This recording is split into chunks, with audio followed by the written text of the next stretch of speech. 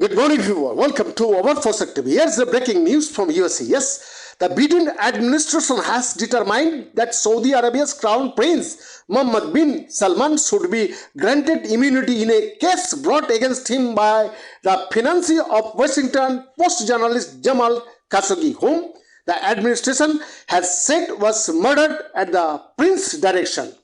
A court filing was made by Justice Department lawyers at the request of the State Department because bin Salman was recently made the Saudi Prime Minister and as a result qualifies for immunity as a foreign head of government. The request said it was filed late Thursday night, just before the court's deadline for the Justice Department to give its view in court on the immunity questions and other arguments the prince made for having the lawsuit dismissed.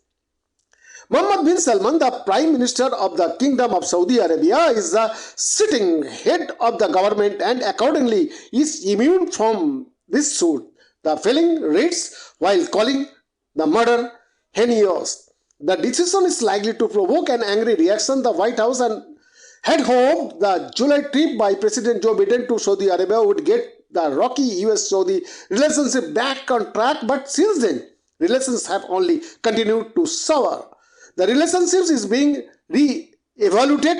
The White House has said in the wake of an oil production cut by Saudi-led OPEC Plus that the administration saw as a direct affront to the US. Member of Congress is already infuriated by the oil cut and calling for a re-evaluation will likely only be angered further if the prince is given immunity.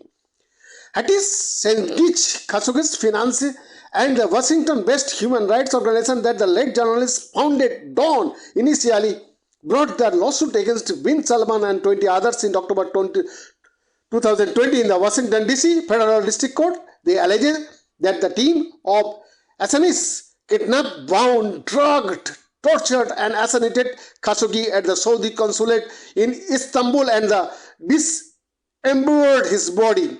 His remains have never been found. The executive director of Dawn, Sarah Lynn Whitson, called the immunity request a shocking outcome and a massive concession to Saudi Arabia. It is really beyond ironic that President Biden has basically delivered an assurance of impunity for Mohammed bin Salman, which is the exact opposite of what he promised to do to hold the killers of Jamal Khashoggi accountable, Whitson told to the reporter.